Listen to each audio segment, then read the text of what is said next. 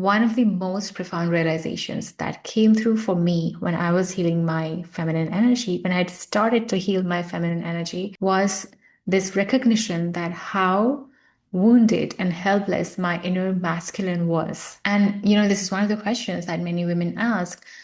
What if my inner masculine needs the healing more than my inner feminine? And sometimes they would say, what if both are wounded? So where do I start? And I completely understand this confusion because I have been there too. Before I share what I learned in my personal journey, I want you to imagine a thread with two ends. One end representing the inner feminine and the other end representing the inner masculine. And now imagine walking your fingers along the thread. You start walking your fingers along the thread. So no matter which end you would choose, you would eventually reach the other end. And that's exactly how inner healing works. When you start healing your feminine energy, you eventually meet your inner masculine. And when you start healing your inner masculine, you eventually meet your inner feminine because they are not separate. They are the two ends of a single soul thread. So when one is wounded, the other one cannot thrive. And when you start to nurture one, the other one eventually also starts to reveal its shadows and begin to rise for healing. So, what does it mean? It means the inner feminine in you cannot fully relax and cannot open herself fully to its healing if its inner masculine is fragile, untrusting, and disconnected from its purpose. And similarly, the inner masculine in you cannot lead with clarity if the feminine in you is repressed, victimized, fearful, and unexpressed. They always move together. And you can see this clearly manifested in our physical world. When a woman starts to embody her empowered feminine energy, when she becomes grounded, radiant, and receptive, she no longer attracts men who are lost in their wounds because her inner masculine has learned to protect her energies. She begins to attract masculine energy that mirrors her inner state. Men who are safe, conscious, and anchored. That's how our inner work transforms our reality. So back to the topic, wounded masculine in you. Where to begin? So let me make it simple for you.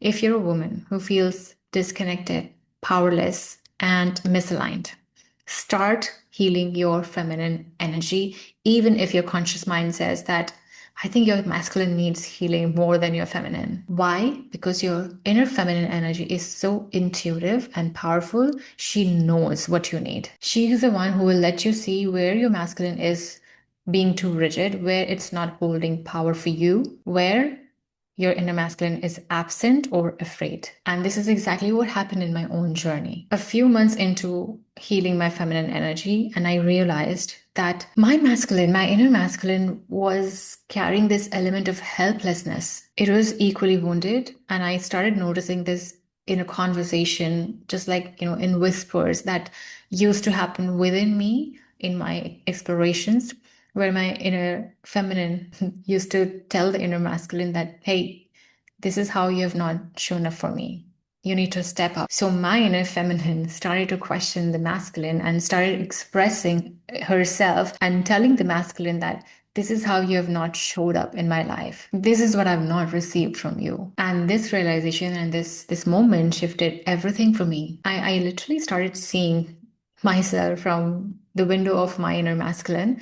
And I realized how structureless my life was, how my financial reality was not at all where I wanted it to be, and how afraid I was of taking bold actions, and how helpless I felt when it came to creating stability and direction in my life. And I began to see that it wasn't just random. It was literally that part of me, that inner masculine part of me that was feeling not enough. Absolutely, like it felt like it is not capable of holding space for my inner feminine, which was beginning to rise because of all the healings that I was doing. On one hand, I was feeling all this power rising through me, but on the other hand, I had no idea how to contain that power and how to move forward and design my life accordingly. So I decided to go deeper to understand this story that I was carrying, the story of the masculine, my inner masculine that I was carrying in my cells.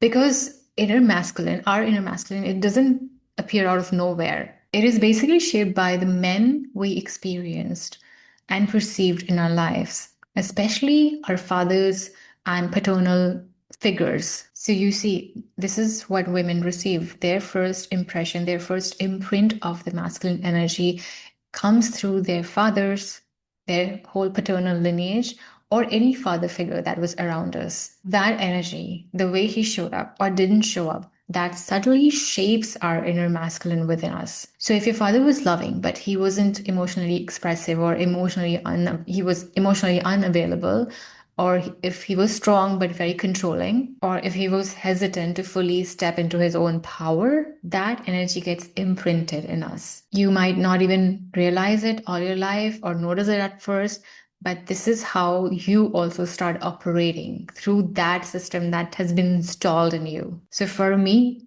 growing up, I had very loving and kind men around me, but many of them were also a bit hesitant, kind of sometimes in particular situations weak. I have seen them sort of helpless and, in situations where they couldn't speak their truth or willingly, they chose to stay silent in the situation that called for discernment and courage. And that exactly what started to mirror in my own reality because I was carrying that story, maybe in form of judgment as well.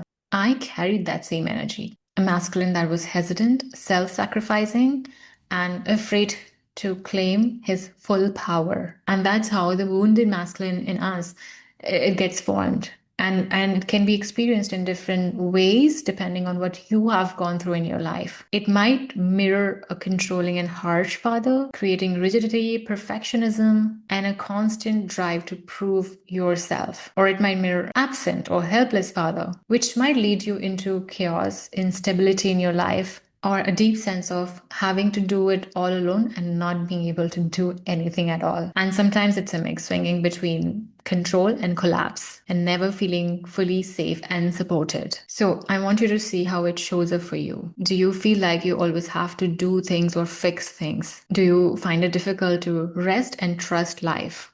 Do you constantly suppress your emotions, especially in the situations where you are required to discern and take a stand? Do you become overly critical of yourself? Do you fear leaning on others and receiving help? So, whatever it is that you have, it's okay because the wounded masculine is not the enemy here. It has been trying to protect you, keep you safe, and that's the only way it has known to survive. Even if it has been clumsy, hesitant, and overwhelmed. All of this was the only way it knew till now to survive. So the first step is simply seeing it, acknowledging it, and feeling a lot of compassion for it. So like any other part that you try to heal within yourself, healing the wounded masculine in you is also not about rejection or blame. It is about remembering that this part of you, which was originally built to protect you, keep you safe, to act, to discern, and to lead with a lot of power. And what we need to do is we need to help this part of us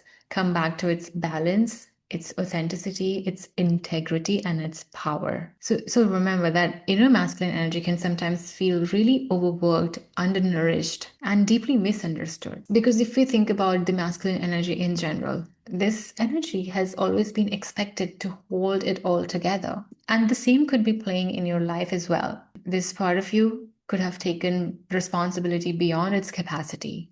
The one who had to keep surviving, striving, controlling, because no one else ever showed him what true, safe strength actually feels like. So we need to start healing our inner masculine with a lot of awareness, honesty, and compassion. So what can we do? I'm going to mention a few steps that you can consider when you're healing your inner masculine energy.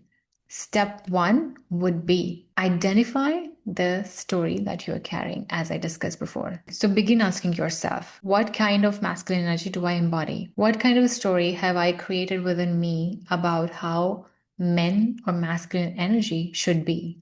Where have I inherited this story from? When I think about the masculine energy, do I fear it? Do I resent it? Or do I feel disappointed by it? As I said, these stories didn't come from nowhere. It came through your experience. They were shaped by what you saw, felt, and experienced through the men around you, especially your father and your paternal lineage. So go there. So, as I've already discussed, I'm going to repeat 3 points.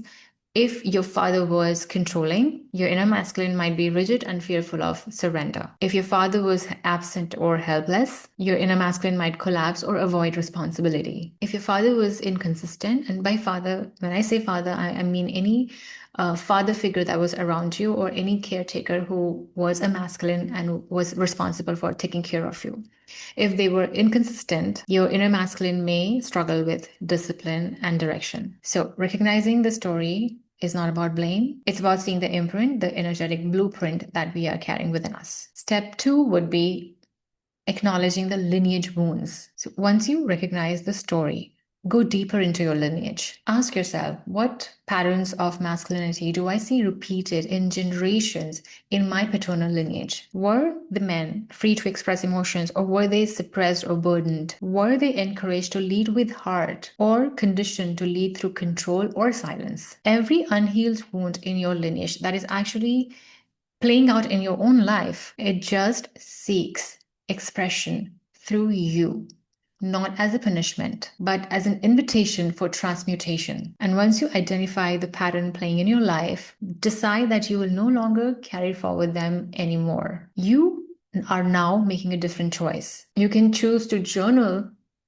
or write letters to your father, your grandfathers, or the collective masculine of your lineage, expressing whatever was never said and releasing what you were never meant to carry. Step 3 is let go of the judgment for the masculine. Healing cannot happen when there is blame. You cannot move forward in your life if you claim to have healed the patterns but still carry the judgment. When we hold resentment toward men or masculine in general, whether external or internal, we unconsciously keep that wound alive. And forgiving and letting go of judgment is not for them. It's for your freedom. It's like saying, by releasing this judgment, I release you, I release me, and I choose peace over pain. Now, step 4 is rebuild your inner masculine. Now that awareness, compassion, and all the healing has cleared the ground, now it's time to rebuild. And this is where the healthy masculine in you begins to emerge. That part of you that protects without control, leads without domination, and acts with integrity rather than fear. So we can rebuild this inner masculine by starting small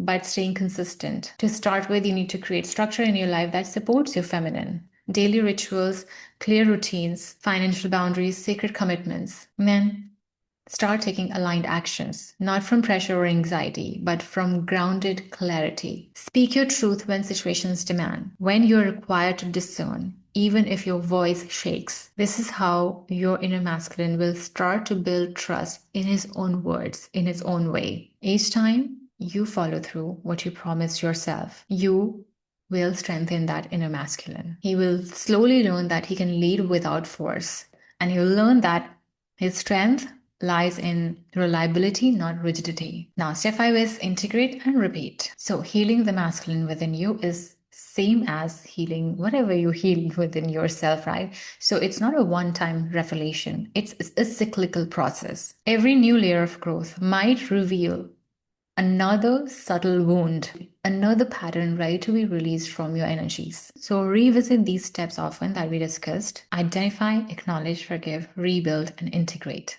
And as you do, you will see something beautiful happening in your outer world. Your physical reality will begin to change. You will start to attract different kind of masculine energy around you, different kind of relationships. You will start to make clear decisions. You will start to hold strong boundaries, and you will get the courage to build your life with clarity and purpose, because your healed masculine will now provide the container for the feminine to rise, because the healed masculine in you will finally provide what your inner feminine always craved for, a space where she can finally feel safe to flow, create, and rest. So when we begin healing the wounded masculine within, we are not just healing ourselves, we are healing generations of imbalance. Every time you soften your control, every time you choose compassion over self-criticism, every time you speak without fear, every time you show courage and take aligned actions, you are rewriting the story of the masculine for your lineage through your body. You are showing the world that power can be gentle, that structure can coexist with surrender, that leadership can be rooted in love. The true balance between the feminine and masculine within us, as for me, isn't about discussion that we have about equality and all. It's about harmony, creating harmony within us. The feminine creates, feels, flows.